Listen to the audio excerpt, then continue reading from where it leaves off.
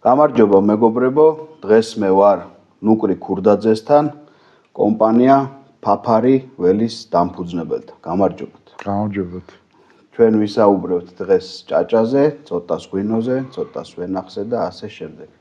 ბატონ ნუკრი, თქვენ ბრძანდებოდით უпроსწორად მე მინდა საუბარი ცოტა შორიდან დავიწყო და თქვენზე მინდა დავიწყო, რომ დიდი გამოცდილება გაქვთ ძალიან. ამდენად დიდი. უდიდეს Pernod Ricard-ის ერთ-ერთი უდიდესი კომპანიის ამბასადორი ბრძანდებოდით. რამდენიმე ქვეყანაში. არა, ქვეყანაში არა, დავაზუსტეთ თქვენი ნებართვით. კი ბატონო. მე ვიყავი აღმოსავლეთ ევროპაში თავიდან გაყიდვები, მარკეტინგი და შემდეგ უკვე ბოლო წლები დავასრულე ამბასადორად აღმოსავლეთ ევროპაში Pernod Ricard-ის ღვინოების პორტფოლიოს. აქ იგულისხმება სამხრეთ აფრიკა, ავსტრალია, ახალი ზელანდია, ესპანეთი, არგენტინა, ცოტა საფრანგეთი, შამპანური ძირითადად და ქართული ღვინოც იყო მოკლე პერიოდის განმავლობაში ჩვენ საკუთრებაში იყო და მანდაც პატივი მხვდა წილად მემუშავა. და შესაბამისად როცა მიწევდა ინდაქშენების გავლა მოგზაურობა ამ ქვეყნებში, ხო, ჩანაფიქრი მქონდა წარმოუდგენელია კაცი რო ღვინოსთან ესეთი მჭიდრო კონტაქტი გაქვს და საქართველოსთან ხარ, არ იფიქრო შენი ღვინის კეთებაზე, ხო? ბუნებრივია და 2002 მანდედან მე მიხვედით რომ საკუთარი გაკეთდა. კი, მაგრამ უბრალოდ რამდენადაც მქონდა რაღაც გარკვეული გამოცდილება, როგორ კეთდება და როგორ იქნება მაღალი ხარისხის ღვინო და ეს შეუძლებელია ვენახის გარეშე და შენი ყურძნის გარეშე. მაგაზე ვილაპარაკებთ. აი პირდაპირ მაგით ვიწყებ. საქმე მაგით იწყება. ეს არის ალფა და ომეგა 2002 წლიდან დავიწყე ვენახების, რასაც გავწვდი შეგროვება. მე ვიცი რომ რო იყიდეთ, მე გაჩეხეთ ხო არსებული ვენახი. გეტყვით მაგასაც ყვები. ახლა უბრალოდ რა იყო, იცით, გამიმართლა ბრჭყალებში ონიშენკოს აკრძალვის დროს ძალიან გაიაფთა ვენახები და ძირითადი მასა მაგ დროს შევძელი რომ მეყიდა, იმიტომ რომ კი, ძალიან კარგი ხელფასი კი მქონდა Pernod Ricard-ში, მაგრამ არც ესეთი რომ ესე უსაშველოდ მეხადა. ეხლა ის მიწა 4ჯერ და 5ჯერ უფრო ძვირია, ხო და შეგროვდა უკვე რაღაც რაოდენობა რომ შეგროვდა, უკვე 2010 წლიდან დავიწყე უკვე მოშენება ვენახის, თავიდანვე ბიო მეთოდებით ვაშენებდი, ის ნაწილი მიწის 80% იყო სულ დასვენებული, ცარიელი, რამაც ძალიან გამახარა.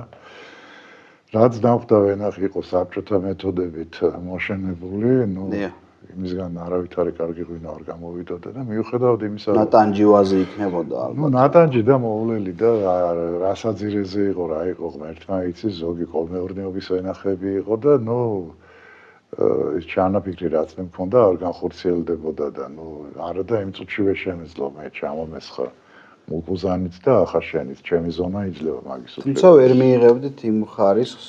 არა, გაიყიდებოდა ახლა ფულ შემოიტანდა და ბიზნესი იქნებოდა და ამიტომ ბევრისთვის გაურკვეველი იყო, რატო გავაკეთე ეს. ფაქტობრივად ჩემი ხელით გავანადგურე ბიზნესი, მაგრამ დღეს ვხვდები, რომ ეს იყო ყველაზე სწორი გადაწყვეტილება, იმიტომ რომ დავიწყე მოშენება, რეზულტატი პირველი ღვინო გამოვიშვით მხოლოდ 2016 წელს გამოვიდა ბაზარზე 15 წლის ჩემი ღვინო. ესე იგი 12 წელი ფაქტიურად ვენახების ფეხზე დაყენებას მარანი ავაშენე მაშინ, როდესაც ეს ხო სუხარჯია მე ამ პერიოდში. თან ხო და მაგაზეც გეტყვით, მოგახსენებთ ორ სიტყვას. ხო და ამიტომ ეს 12, როგორც გითხარით, საკმაოდ მაღალადან ზღაურებადი მენეჯერი ვიყავ Pernod Ricard-ის და მთელი ჩემი შემოსავალი ფაქტიურად ამას მოხმარდა და თან კიდევ იმ პერიოდში არ იყო ისეთი ძვირი ამის გაკეთება, ხო, მერე მოხდა ბომი. ხო და 2016 წლის შემდეგ ფაქტიურად ამ 10 წლის მანძილზე ჩამოყალიბდა ფაფრის ველი, საერთაშორისო ბრენდი, რომელიც დღეს უკვე 25 ქვეყანაშია წარმოდგენილი. როცა ვამბობთ ხარჯია, ხო? უნდა გვახსოვდეს, ესეც მქონდა ჩემი გამოცდილებიდან გავლილი. ღვინის ბიზნესი არის გრძელი ფულის ბიზნესი, ეგრე უძახიან დასავლეთში. long money ბიზნესი და ეს არ არის ის, რომ თქვათ მე მოვინდომე ცეხვისა, კალბასის ან უცბად რაღაცა გავაკეთე, თუ გინდა დღეში 10 ექსპერიმენტს გააკეთებ და გამოვიშვი კაი ხარისხის ხო მაგას ვიძახი ამსალე ხო და წელიწადში ერთხელ ვატარებთ ექსპერიმენტს მეღვინეები გინდა არ გინდა ეგრე და ამიტომ შენ თუ გათვლილი გაქვს ძელვადიან ბიზნესზე და მაღალ ხარისხზე რა მეტი გზა უბრალოდ არ არსებობს არ არის ბუნებაში არ არსებობს სხვა გზა ეს ვიცოდი ამიტომ შემოვიჭირე კამრები და დღეს შემიძლია ვთქვა რომ ეს იყო სწორი გადაწყვეტილება იმიტომ რომ ფაქტიურად შემდგარი ბრენდია და უკვე ფაქტიურად გაყიდვები გვიჭერს კი არა ღვინო არ ყოფნის პირიქით რა და ყველას ეს სხვა ყოფილი კარგით ეხლა იცით რა მითხარით გამოცდილება დიდ კომპანიაში მუშაობა და აი აქ მუშაობას თუ გინდათ საქართველოში განსხვავდება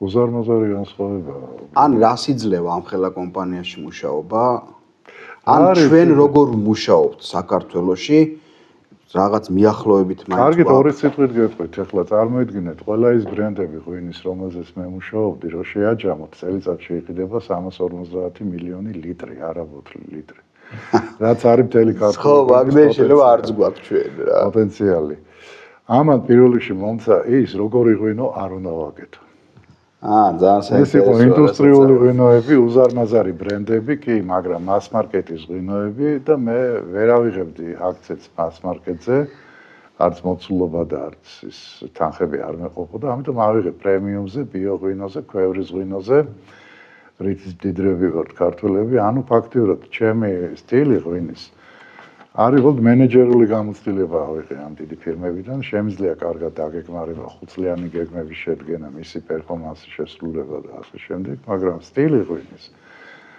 ფაქტიურად განსხვავდება იმისგან რაზეც მე ვმუშაობდი კარდინალურად კარგით აი ხა თქვენ ახსენეთ პრემიუმი და ამაზე მინდა გითხრათ მე ხშირად მსმენია რომ ჩვენ ქართველები ვერ გავუწევთ კონკურენციას მასობრივ ღვინოში, თქვათ, ევროპას და დანარჩენ მსოფლიოს, ახალი ღვინის ქვეყნებსაც. და ჩვენ შეგვიძლია კონკურენცია გავუწიოთ საშუალო და მაღალი დონის ღვინით.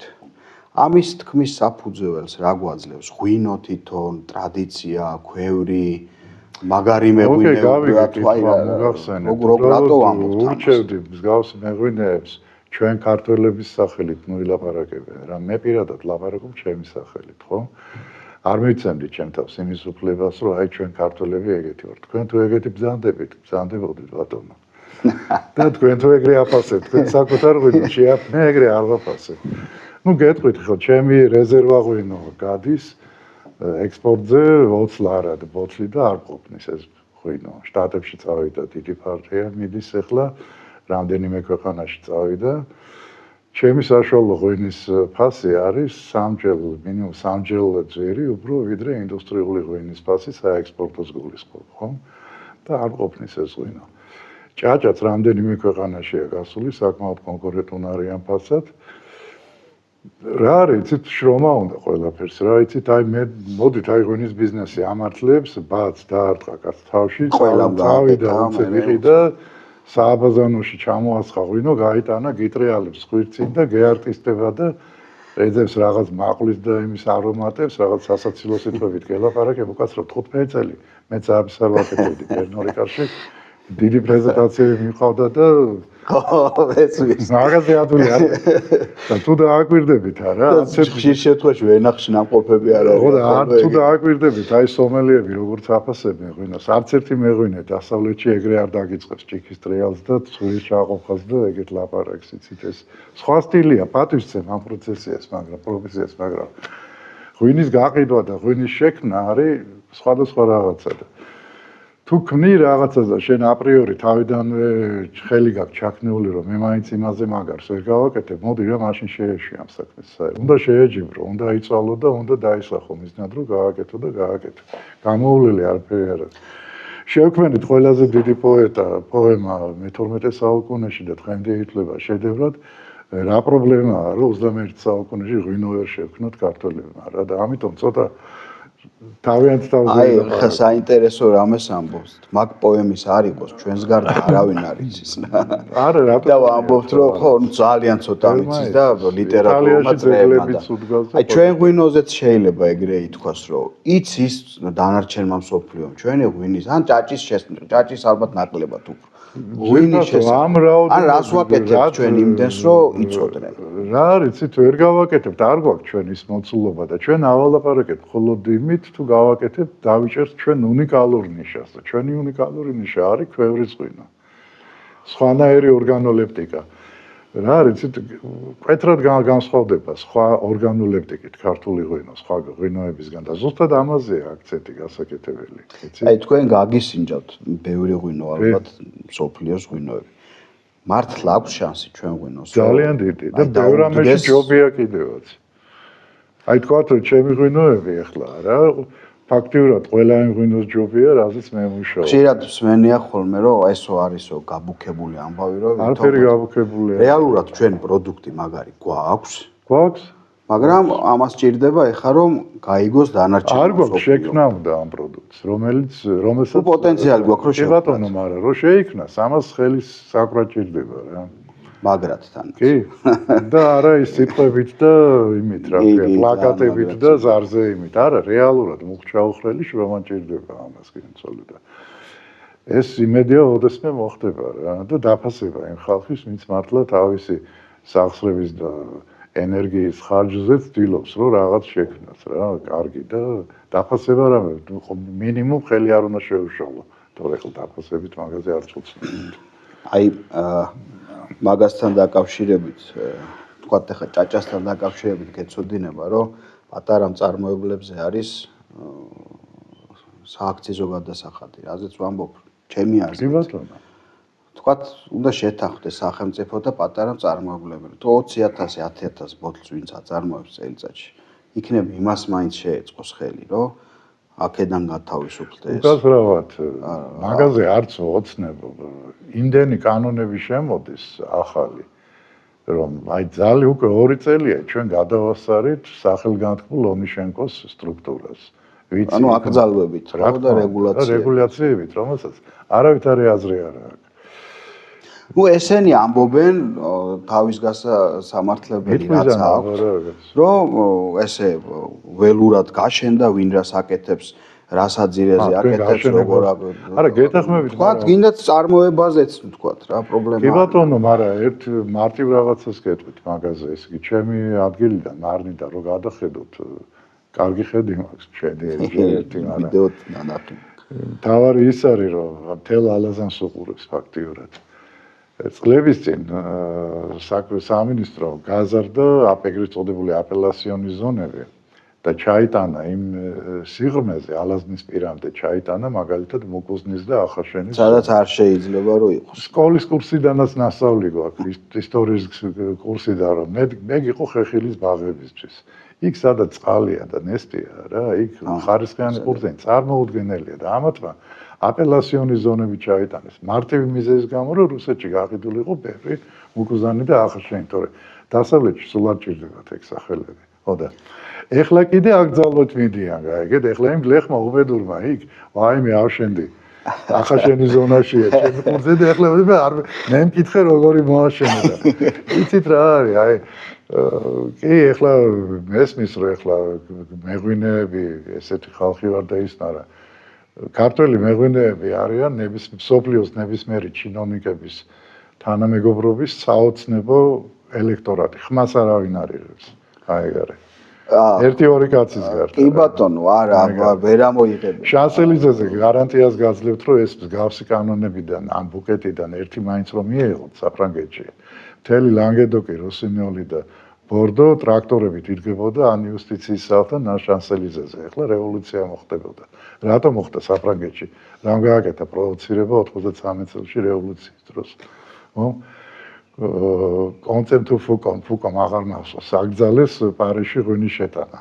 და ვეღარ სვავდნენ პარიზელები ღვინოზე, ეს იყო ბოლო წვეთი, რამაც აატრიალა საფრანგეთი და რევოლუცია დაიწყო და ჩვენ რა ვართ ეგეთი ქართველები არა. აქ შალი კანონიც რომ მიიღო ამ არ დაუკრავე და მადლობას ეთქვიათ ზრუნვისთვის, ეგ არის რა. ხო და ამიტომ რა გითხრათ, ახლა ჩემი ლაპარაკს რა აზრი აქვს? არა, ყოველთვის აქვს საუბარს აზრი, იმიტომ რომ მე მჯერა რომ სადღაც მივა, ვიღაცა მოისმენს, რაღაცას გაიგებს, როდისღაც დაფიქრდებიან და ალბათ ცოტა სხვანაირი ხელშეწყობა იქნება რა. ნუ ყოველ შემთხვევაში იმედი მაქვს და საუბრობთ მაგაზე.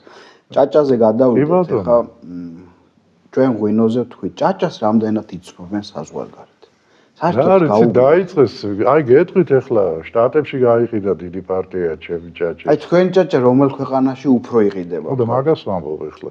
შტატებში გაიყიდა დიდი პარტია, ახლა მეორე პარტიის გათანას ვაპირებ წლის ბოლომდე. გერმანიაში, ჩეხეთში, სინგაპურში, ჰონკონგში მოწონთ. არა, ძალიან კარგია ახლა ეს რომ მოწონს განსაკუთრებით. მაგრამ ცნობადობა ვერ ვიტყვი რომ მაღალია და შეუძლებელია იყოს მოგეუბნებით, აი ქართული ღვინის მოცულობა იმდენად დავალია, აი ჩვენ რა მთელი საქართველო ენახებად ვაქციო და სულ ღვინო ვაკეთოთ ყველა. მაინც ცოტა იქნება. მაინც ცოტა იქნება და ამიტომ იოცნებო იმაზე რომ აი შენ ვთქვათ პარიზის კარფურში შენი დიდი თარო გექნება, ეგ წარმოუდგენელია, იცით? ეგ არ მოხდება. არც არის საჭირო. კი ბატონო, მესმის, მაგრამ რა შანსი აქვს ჭაჭას იმის, რომ ფართო რაც გვაქვს ის ფართოდ გავიდეს. რა არის, იცით, ჭაჭაზე არ არის მარტო საქმე, ნებისმიერი პროდუქტი, რასაც გააკეთებ 21 საუკუნეში. ყველაფერი გაიყიდება, თუ კარგი ხარისხის არის და მაღალი და თავისი ნიშა აქვს. კომუნიკაციის ჯერ უნდა გავაცნოთ მაგაზე, რამდენი ჭაჭა სად არის ძვირფასო, როგორ და გააზრდო. პრომოუშენსაც, აი რაც ჭაჭა იწარმოება საქართველოში, მაგის მსოფლიოში რომ გლობალური პრომო გააკეთო ჭაჭის დაასხა და ეგ გათავდება. მაგრამ სადღაც ხო უნდა რაღაცა მე ისი თქმა მინდა, იცი რომ უნდა დავკმაყოფილდებთ იმით რაც იყიდება და ვაკეთოთ მეტი ხარისხი და პრემიუმ სეგმენტში უნდა გადავიდეთ, ეგ არის რა.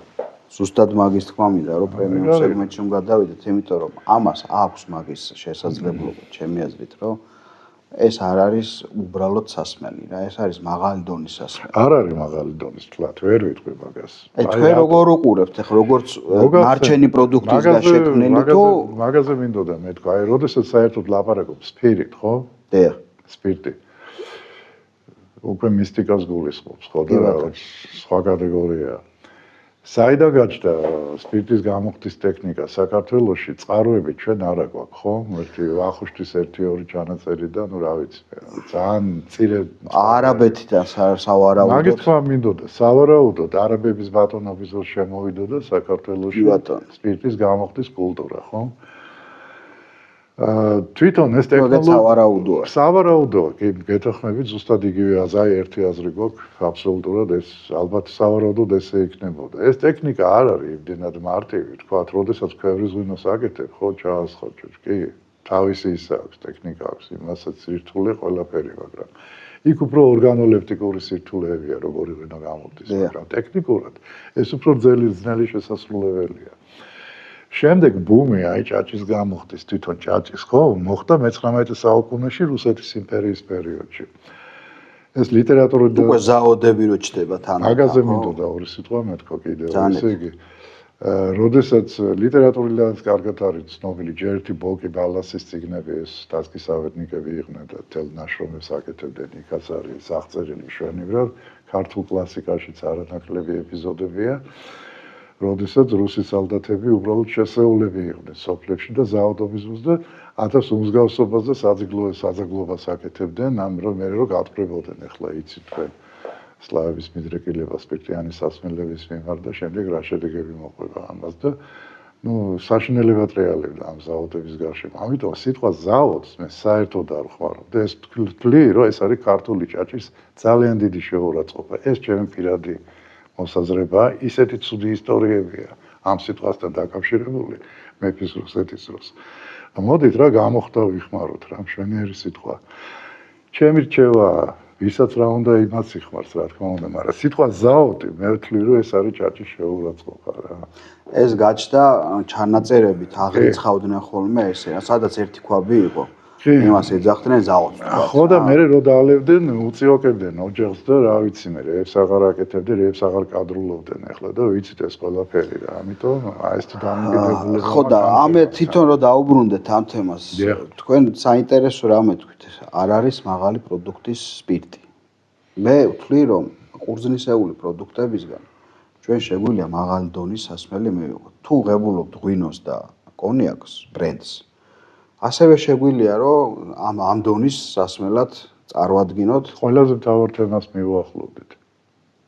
ეხლა რა გულისხმობთ? რას გულისხმობდა აი კი, მოწევთ ხოლმე ჩემი ჭაჭა და ვა როგორ გამოგდის, რანაირად გამოგდის და ძალიან მარტივი ფორმულაა, იცით? აი თუ აკეთებ კარგ ღვინოს, გამოგივა კარგი ჭაჭა. კარგი ღვინოს კარგი ვენახი უნდა მე რა. იქ უკვე მივდივართ იქ, ეგ არის, ხო და სხვანაირად წარმოუდგენელია, რატომ? იმიტომ რომ მასის და საერთოდ სუბსტანციის შენახვის კანონი, მუდმივობის კანონი არავის არ აუგზავნებს სოფლიოში, ხო? როდესაც ხვდით ჭაჭას, ხო, მის ყველაფერი სასარგებლო არასთუხლად სასარგებლო ნივთიერებები, რაც ყურძნის კანშია. დიახ.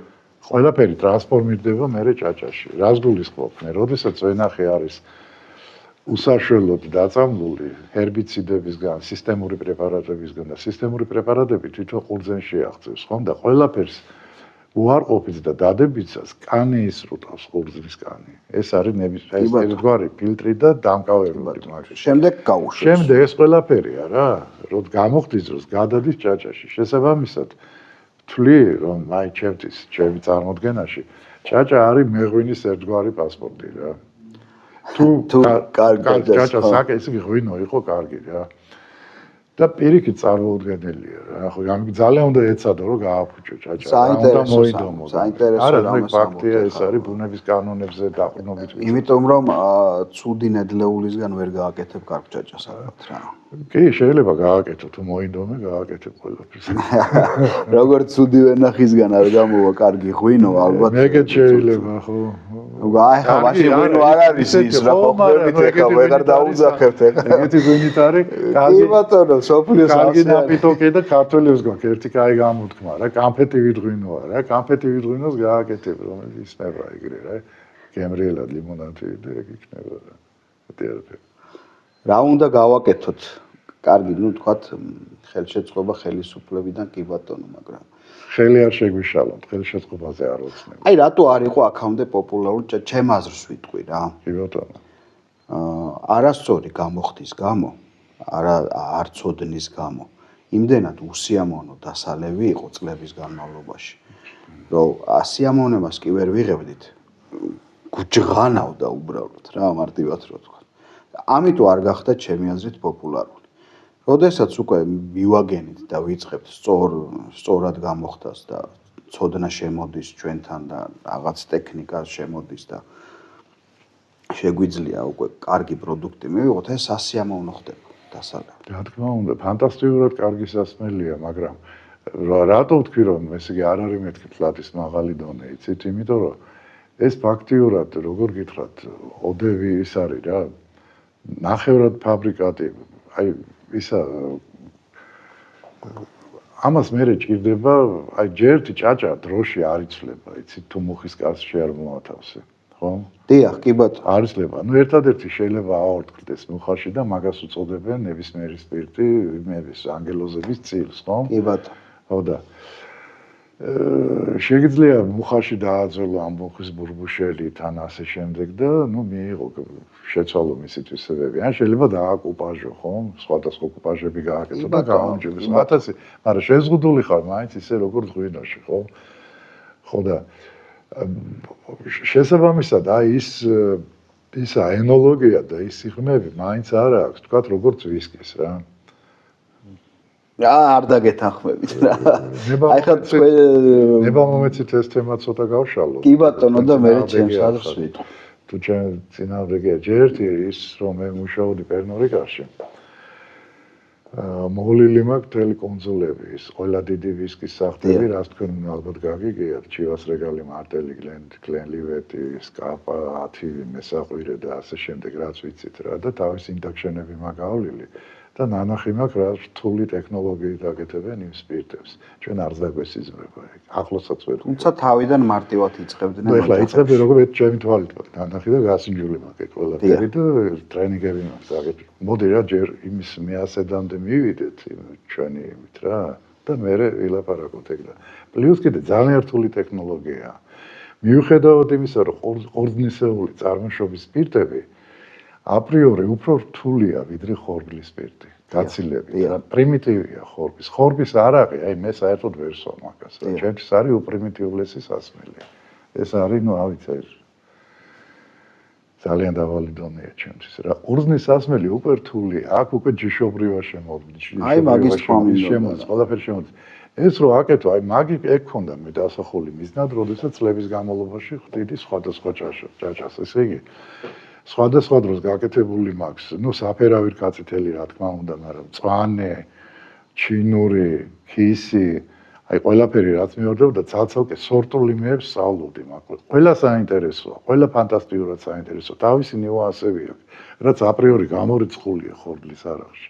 აი ამიტომ გონია რა თვითონ ყურძენი გვაძლევს იმის საშუალებას რომ მრავალფეროვანი პროდუქტი მივიღოთ. კი ბატონო, მაგრამ საფერავს თავისი არომატი და ნიუანსი. თავი ხელი არ შეგვიშალა. უკაცრავდა აქციის რო დამიწესებ ეხლა. ხო, პატარა ბოლცე 5 ლარს. რა мотиваცია უნდა მქონდეს? რატო ვაკეთებ იცით ამ წაჭას? იმიტომ რომ ღვინო გამოდის, კარგად მეყიდება და ამასაც ვაყოლებ მას, თორე მე რო ამას ვაკეთებდი, მარტო საერთოდ არც ვიფიქრებდი ამის გამოხდაზე. ზუსტად მაგის თქმა მინდა და ყოველ საუბარში მაგას ვამბობ. ხელს შეწყობა არ მინდა, ხელს ნუ მიშლით რა, ეგ არის რა. ნუმადებთ ამ ხელა გადასახადს და რა ვიცი მე ბოთლებზე არ ვოცნებობ რა, ხარაბოლში ვასხავთ ხარაბოლში. ერთი ბოთლის კაფანარიყო საწოდავი საქართველოში და ისიც გააქციეს აქედან და რა გინდა ეხლა გავასწია დავწერე ზუსტად აი კაი თქვათ არ ვაწარმოებთ მაგრამ ისეთი მაღაზიაც ვერ ვნახე რომელსაც თქვათ მარაკი ექნება ხო არ არის აი ღვინის სამშობლოში ეგ არა გვაქვს სომხებს აქვთ თავის ქარხანა ჩვენ არა გვაქვს ერთმა ხელი მოუმართოთ ჭკვიანი ხალხია აი ხო ხედავ სხვადასხვა ბოთლებია და ამიტომ ვერავინ ვერ გირჩევს. ყველას ეგ პრობლემა აქვს და ბრენდისთვის არის ცუდი ეს. კაცო ვიცი რომ ცუდია, მაგრამ რა ვქნა ახლა ხო ვერაფერს და ამიტომ ხელი შეწყობაზე მელაპარაკები და ხელს ნუ მიშლით, მაგას ვიძახი რა. ხო, ის არის მოკლედ არ ვიცი ახლა მაინც რაღაცნაირად უნდა მოვახერხოთ რომ სადღაცამდე მივიტანოთ ის ამბავი. არა, მე ვახერხებ და მეტი რაღა მოვახერხო გენცოლი. აი პატარა უმცირესი ფირმა ვარ და ამდენ ქვეყანაში გადის ჩემი ჭაჭა და თბილისში მშვენივრად იყიდება და მეტი რაღა ვქნა. ახლა ამაზე მეც გააკეთოს ყველა მესე და აშენდება ეს ჭაჭის კატეგორიაც. ახლა მე ვთვლი რომ მაქსიმუმს ვაკეთებ. უკაცრავად ახლა ამდენ ქვეყანაში ესეთ ქვეყნებში კი ბატონო ეს ერთგვარი ელჩობა არის ხო ელჩობა არ არის ამის არ არის ადვილის საქმე უკაცრავად თავის პირთებს რა უყონ არიცია და მე კიდე ჩემ ჭაჭას ითხოვენ და ყიდი და ახლა მეტი რა მოვახერხო ამიტომ თქვენობით არ ვლაპარაკო მე ჩემ თავზე ვაგებ პასუხს ესმის ყველა მეღვინეს ამას ურჩევ თავიანთ თავზე აგონ პასუხი და არა ჩვენ ქართველების კატეგორიით ლაპარაკი მე მგონი არ არის სწორი არა, ეს იმიტომ ახლა გასაგებია, ხო, სიტუაცია უბრალოდ რა. უკაცრავად ცოტა ისე კვეთრ გამონათქავები. არა, ის არის ჩვენ ყველაფერზე ვსაუბრობ და მეც მაგისკენ ვარ მომხრე და მეც მაგას ვამბობ, რომ ხე თქვენ ამოთ ხელი არ უნდა შეგვიშალოთ და მე ვამბობ ხელი უნდა შეგვიწყონ პირიქით რა. აი მაგალითს გეტყვით, ღვინის ეროვნულ სააგენტოს არ ვიცი წელს რამდენი მილიონი გამოუყვეს 20 და რაღაცა მილიონი თუ რაღაცა გამოუყვეს, რომელიც უნდა დაიხარჯოს ღვინის წარსადგენად. ალბათ სოფლიოში წავლენ და რაღაც. რამდენი მილიონი დაიხარჯება ჭაჭის წარსადგენად, არ საერთოდ ალბათ არც ერთი თეთრი. ხო? ანუ თავად იმათვის არ არის პრიორიტეტული ეს, რომ თქვათ ეს ჩვენი რაღაცა კარგი პროდუქტი გახდეს პოპულარული რა. სააგენტოს კანონმდებლობის და აი ხარვეზების შესახებ ძალიან უამრავი ტელეინტერვიუ მაქვს მე მიცემული. ამიტომ ეხლა არ ღირს მე მგონი ეს ჩვენი ერი თემა ამით გადავტვირთოთ, იმიტომ რომ მართლა ბევრ უცნაურ რაღაცებს აკეთებენ, იცით და ეს არ არის კარგი. მარტო ჭაჭაზე არ არის საერთოდ, იმიტომ რომ ჩემთვის მაინც ორივე ერთია რა და ძირითადად მაინც ღვინოა ჩემთვის და ძალიან ბევრ უცნაურობებს აკეთებენ, რაც ღვინის სამყარო პატარაა, იცით? და რატო აკეთებენ მაგას არ მესმის, იცით? ჩემთვის გამოცანაა, იმიტომ რომ თან არ არიან ის მარტივი ხალხი არ მუშაობს იქ. ზოგიერთ მათგანს დასავლურ კომპანიებში მუშაობენ. კი, მცოდნეები არიან რა. მოგზაურობენ დასავლეთში, მაგრამ რატო მოგზაურობენ თუ ერმიტავ რაღაცებს არის ვერ იღებენ კანონმდებლობიდან. გაუგებარი, ამიტომ ამ თემას არ შევყვები, თორე იმდენ. აი, არ შევყვები. ერთი გადაცემა უნდა. ჩემი აზრით, იმიტომ რომ თავისუფლები არ არიან და თვითონ ვერ არ ვიცი გენცოლ, ეგ ეგ არის პრობლემა რა. კარგით. დავანებოთ კი ბატონო მაგას თავი და ეხა ერთ ინტერვიუს უსმინეთ თქვენსას ძალიან საინტერესო რამე თქვენ ძმასთან გქონდათ ინტერვიუ რომ ყველას გონიაო რომ ჩვენი ღვინო და ჩვენი ღვინის წარმოება და კულტურა ფრანგულს გავსო და ესე არ არის ესპანურს გავსო რაღაც მსგავსება უფრო ესპანურთან არის უფრო ესპანურთან არის ხო აი ჩვენ რაღაცნაირად წარმოგვიდგენია რომ ხალხში ვლაპარაკობ ამას და რა თქვა ცოდნეებში უფრო ფრანგული. თქვენ რას გულისხმობთ ეს რომ რა არის ეს აი ჯერ ჯიშური შემადგენლობა საკმაოდ ბევრი ჯიშები აქვს ესპანელებს 300-მდე ჯიში აქვს თუ არ მეშლება. ფრანგებს მაგდენი არ აქვს. სულ ომი აქვს ფრანგებს და ესპანელებს მოსაზღვრე ტერიტორიებზე აი თქვა ვიურა, მაკაბეო, ვისი რა ჯიშია ვერ გაურკვევიათ ეხლა მაგაში მჩავერე. არა, მაგაში არ ჩავერი. მაგრამ ესპანეთში ტრადიციულად ესე და შემდეგ კიდე არის ისეთ ტენტორიე ჯიშები აქვს მაგათ. ნუ ბევრი ისეთი საერთოა, იცით, ღვინის ხასიათიც არის რა უფრო სხეულიანი უფრო ისეთი. თან ახლა მე დიდხანს მუშაობდი რიოხაში, სტაჟირებების გავლილი მაქვს საკმაოდ ინტენსიურად. ჩემი საყვარელი კატეგორია ესპანეთი, ამიტომ უფრო ის არის რა, იტალიურ და ფრანგულთან ჩვენ ყველაზე ნაკლები შეხება გვაქვს რა ქართულ. იტალიურ და ფრანგული გავს უფრო ერთმანეთს. უფრო რატომ იცით, იმიტომ რომ იტალიელებმა როდესაც დაიწყო იტალიური ღვინის რენესანსი, მაგათმა ფრანგულის კოპირება დაიწყეს, რაც უშველა მაშინ იტალიურ ღვინოზე. ეხლა დაუბრუნდნენ თავიანთ ჭეშმარიტ საფუძვლებს ბოლო 20-30 წელია მხოლოდ რა. აი ტოსკანას ღვინოებით ეს მანდედან იყო წამოსული. კი, გავს უფრო მეტი აქვს. ესპანური სხვა. გრაპა ხო აქვს მაგათ ეს პოპულარული. კი, გრაპა, მარკი ფრანგებს და ასე ფრანგი ხო. კი. პაგაჩეირო პორტუგალიელებს. კი, არის ყველა. ხო და თვითონ თქვა ფრანგებს მარკი მოწონთ. კი, მოწონთ, მაგრამ ვერ ვიტყვი რომ აი თქვა იგივე ვიტესიობის სავდნენ როგორც კალვადოს მაგალითად რა. ნამდვილად. არა, ხო, არც იტალიელებს გრაპა. არა, სავენ მოწონთ, მაგრამ ვერ ვიტყვი, აი თუ ისეთი აი უჟმურდა ნისლიან ამიჩი შეიძლება დაურტყას რა, რომ ცოტა შეთბეს და არ გაცივდეს რა ეგარი, ან სოფლებში. ანუ იქაც ეგ არის. ხო, ორი სახარება შეგვეწია.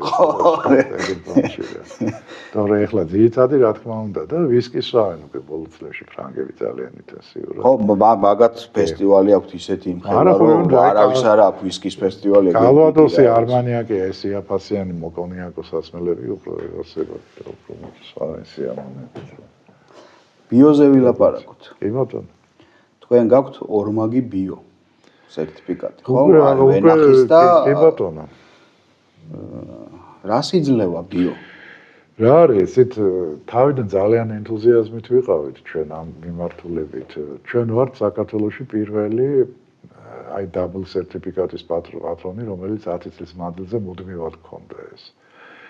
შემდეგ აღმოვაჩინე შემდეგი აი შარშან წინ რო ვიყავით ბორდოში ჩვენი ოჯახი რა რაღაც წარადგინეს ჩვენი ღვინო არასააგენტო საქართველოს ბანკმა წაგვიყვანა იქ გასაგები და ეს გიგიყო მქონდა საშუალება გამესინჯა სხვადასხვა ღვინოები ჯერ ისედაც ხო ნორმალურად ვიცნობ დასავლურ ღვინოებს და იქ მთელი განყოფილება იყო უზარმაზარი ბიო ღვინოების აი ლოგოთი გულისხმობ აი ამას აი ლოგოს ხოდა აღმოვაჩინე ერთი უცნაური დეტალი ეს კავკასერტია ხო? კი აღმოვაჩინე ერთი უცნაური რამ ყველა ღვინო 95% მინიმუმ რომელსაც ეგ ბიო ლოგო ქონდა უარგისი ღვინო იყო და მე გაჩნდა დასავლეთში ბევრი სტატია რომ ძალიან ბევრი მეღვინო თავისი უნიჭო ღვინოების პრომოუშენს ცდილობს აი მაგ ლოგოთი რა და ფასიც საინტერესო არის ხო მაგრამ ესე იგი ვინც გასცემს მანდაც პრობლემა არის ხო ეს ინდუსტრია გახდა იცით აი პირიქით სხვა მე თუ არ მივარგა ღვინო და მოვიდა და მითხრეს რა აჰა ძმაო კარგი მოწმებს ის რაღაც ფორმალურ ნაწილს გაცვევინებს და მორჭა არ აინტერესებს იმას შენ კაი ღვინოს აკეთებ თუ ნაგავს სულ არ აინტერესებს ეგ შემოწმებელს ხო საერთოდ არ აინტერესებს ამიტომაც მოხდა ალბათ მე მოხდა ეგ საშინელი დევალვაცია მაგრამ მე ამას არ ვერ ვიტყვი თქვა დემეტერის ნიშანზე ძალიან დიდი ავტორიტეტი აქვს დემეტერს ბიოდინამიური ლოგო ეგ არის აი მართლა უპირობო რო ხედავენ კი და დღეს უკვე და ამიტომ არა უკვე ბოლო 5 წელია მე ეტიკეტზეც არ ვათავსებდი ამ ბიონიშას. კონტრეტიკეტზე მქონდა ყოველთვის აკაცესია ხო ხედავთ. იმიტომ რომ დობაა და წინ არაფერი არ არის და უკან არის რომ ეს არის და წელს უკვე გადავწყვიტე რომ ტოვებ მხოლოდ ვენახს ბიოსერტიფიცირებაზე და წარმოების სერტიფიკატზე უარი მინდა თქვა, იმიტომ რომ აზრს ვერ ხედავ მისი განმათავსების ჩემ ბოთლზე. შეიძლება პირიქით ცუდიც იყოს. ცუდიც არის, იმიტომ რომ ბევრ ქვეყანაში, ევროპულ ქვეყნებში, ხო? უკვე ისე უყურებენ, რომ აი ეს რაღაცას გვატყუებს, ძირათ უნდა გაყიდოს თავისი უბრალო ღვინო. მით უმეტეს ეს სერტიფიკატი არ არის აქტუალური არც შეერთებულ შტატებში, არც აღმოსავლეთში, არც ევროპის ბევრ ქვეყანაში, არც დიდ ბრიტანეთში. მარტო ის არის რა ევროკავშირის ქვეყნებშია და უკვე აი ესეთი დამოკიდებულებაა. ამიტომ უკვე თან არ ჭირდება ჩემ ღვინოს მე ბიოს დავაცერთო, არა ბიოს უკვე აღართან მნიშვნელობა არ აქვს. ძირითადი საექსპორტო ბაზრები იქ არის, სადაც ეგ ნიშანი საერთოდ არ გადის და რა ას ვერ ხედავ და პირიქით უკვე აი დამოკიდებულება უკვე ესეთია ბიოს. ძალიან ძალიან ცუდია. კი, მაგრამ აი დემეტერი კიდე ერთხელ ვიტყვი. დემეტერს ძალიან მაღალი ავტორიტეტი აქვს რა. იცი რა არის ალბათ დემეტერის ხო, მაგ ბევრი ვერ აკეთებს თან ალბათ ეგეთი. ბევრი ვერ აკეთებს, კიდე ეს ძალიან იდეური მეღვინეები, აი საქართველოში ყავს 1-2 დემეტერი, დიდ პატივისცემ რომ აქვს ეგ ნიშანი. მაგრამ ხო გეუბნებით, აი ამ წვანე ლოგოზე უკვე ეგეთი ის არის და მე ვთვლი რომ უკვე წლევანი უკვე დავიწყე ნელ-ნელა უკვე ახალ პარტიებს უკვე აღარ უშვებ ამ ლოგოთ. სამწუხარო ხო, მით უმეტეს ჩვენი კავკასიერთი უკვე ინდოელებმა იყიდეს თუ იცით. კი, ვიცი ეგ და მე მგონი ძალიან ცუდი რომ არის ეს ცუდი მაგათი საქმეა კორპორაციული, მე მაგაში რა თქმა უნდა ვერ გავაკეთებ კომენტარს, მაგრამ ყოველ შემთხვევაში მგონია რომ ინდოელებს რო არ ეყიდათ ჯობდა. მე ასე მგონია, არ ვიცი, კი ბატონო. ეტიკეტზეც მითხრათ რა. ეს მგონი ბავშვის ნახატია, ხო? ხო, ჩემი შვილის შესრულებული ნახატია, 7 წლის იყო, როცა ეს დახატა და თავში მომივიდა ახლა ბრენდნეიმი რა ამერჩია და ფაფრის მინდვრები რაღაცა ეგრე ქვია, ატლის ფაფრის მინდვრები და მე დავარქვი ფაფრის ველი, იმიტომ რომ ფაფრის მინდვრების დარქმევის უფლება არ მაქვს, ეს გეოგრაფიული სახელია. ფაფრის ველი დავარეგისტრირე, ყველა ქვეყანაშია დარეგისტრირებული, ამიტომ ვერავინ ვერ იხმარს ამ სახელს. და ვიზუალით ეს ცხენი ავირჩიეთ რა, ეს არ არის. ცხენი ეგრე არ დადის, არ დგას, არ დადის. ბავშვის ნახატია, მაგრამ ჩვენთვისაც კონცეპტუალურად ახლოს არის, იმიტომ რომ ჩვენც არ ვფიქრობთ საერთო ერთი ტიპიური ღვინის კეთება ცოტა განსხვავდება ჩვენი ღვინოებით. რამდენ ღვინოს და ჭაჭას აწარმოებთ? რა არის, იცით, ბევრი რამ მოსინჯე რა ღვინოს ჭაჭა და შევჯერდი უკვე საფერავი ყველაზე მთავარი ღვინოა ჩვენი. ყველაზე კარგად იყიდება. მარტო გაყიდვით არა, აფასებენ უფრო იციან და თან ფაფრის მინდვრები საფერავი ისეთი ზონა. მერე მოდის კაციტელი. ჩინური ცოტას ვაკეთებ, იმიტომ რომ ჩინური კაციტელი ესე იგი ჩვენ გავაკეთეთ პირველებმა საქართველოში ეს ოფიციალური კუპაჟი ჩინური კაციტელის 2016 წელს ეს ჩემი საყვარელი ღვინოა, ვერ ველევი მაგას.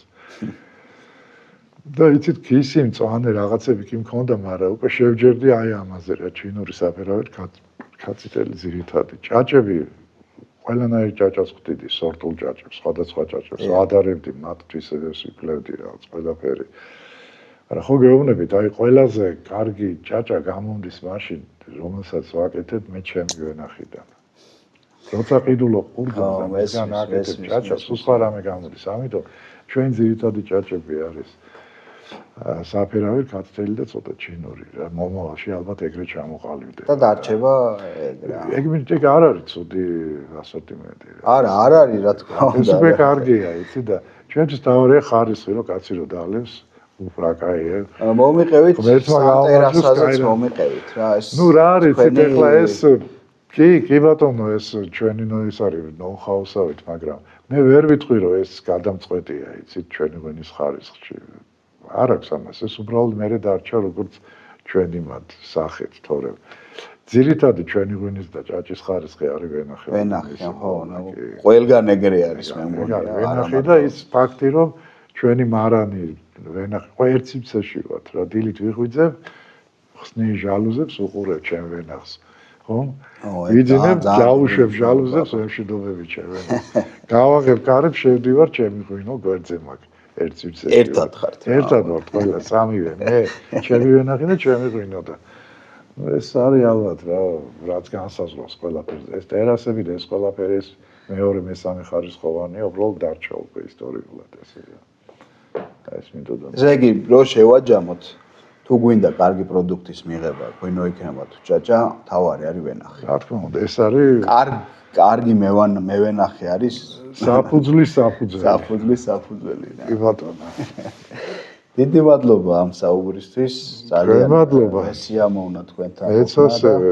ძალიან მეხარია, რომ თქვენ ძალიან წარმატებული ბრენდი გაქვთ და მე ვქომაგობ და გულშემატკივრობ ყველა ქართულ ბრენდს, რომელიც ესე საზღვარგარეთ გადის და გააქვს ჩვენი სახელიც და განსაკუთრებით ჭაჭებს, იმიტომ რაღაცნაირად მე მგონია, რომ დაჩაგრულია და კი გეთანხმებით. ის უფრო მეც იმსახურებს, მაგაში აბსოლუტურად გეთანხმებით. თან რა არის, ცით ეს ჭაჭა, ჩემი შვილი ღებულობს აქტიურ მონაწილეობას ამ ჭაჭის შექმნაში. იმიტომაც არის კონტრზე უკვე სანდროს ხელმოწერაც არის ჭაჭაზე, ღვინოზე. ჯერ ბევრი აკლია, მაგრამ ჭაჭაზე კი და ამიტომ ეს არის რა, უკვე რაღაც ისეთი დამოკიდებულება ამ ჭაჭასთან რა და რა არის შეიძლება ცოტა სკეპტიკურად უყურებ, შეიძლება ცოტა გულდახილიც ვარ რაღაცა და იმიტომ არის გამოწვეული ალბათ ჩემი სკეპტიციზმი, მაგრამ რა არის იცით ხელები არ უნდა ჩამოყარო გაცმა და წინ ოპტიმიზმით უნდა იყურო, იცით ყველა მევენახეს ურჩევდი რომ ჩაუღრმავდნენ თავიანთ ვენახს და თავიანთ პროდუქტს აუცილებლად წარმატება ექნებათ, აუცილებლად მაგის გარეშე წარმოუდგენელია. ისეა მოწყობილი ღვინის ბიზნესი და მათ შორის ჭაჭის ბიზნესი, რომ კარგი პროდუქტი თავის გზას ადრე თუ გვიან აუცილებლად დაახავს რა. ანუ ის რომ მართლა კარგი გაქვს და ვერ გაყიდო არ არსებობს. არასდროს მით უმეტეს ქართული პროდუქტის, რატო ვიძახე მით უმეტეს, იმიტომ რომ ჩვენ გვაქვს უნიკალური ქვევრის ტექნოლოგია და სანამ ეს ტექნოლოგია კიდე მოთხოვნადია და სანამ პორტუგალიელებმა და სლოვენიელებმა მასობრივად არ დაიწყეს ჩვენზე უკეთესი ქვევრის ღვინის კეთება. ძალიან საინტერესო რამეს ამბობთ ახლა თქვენ.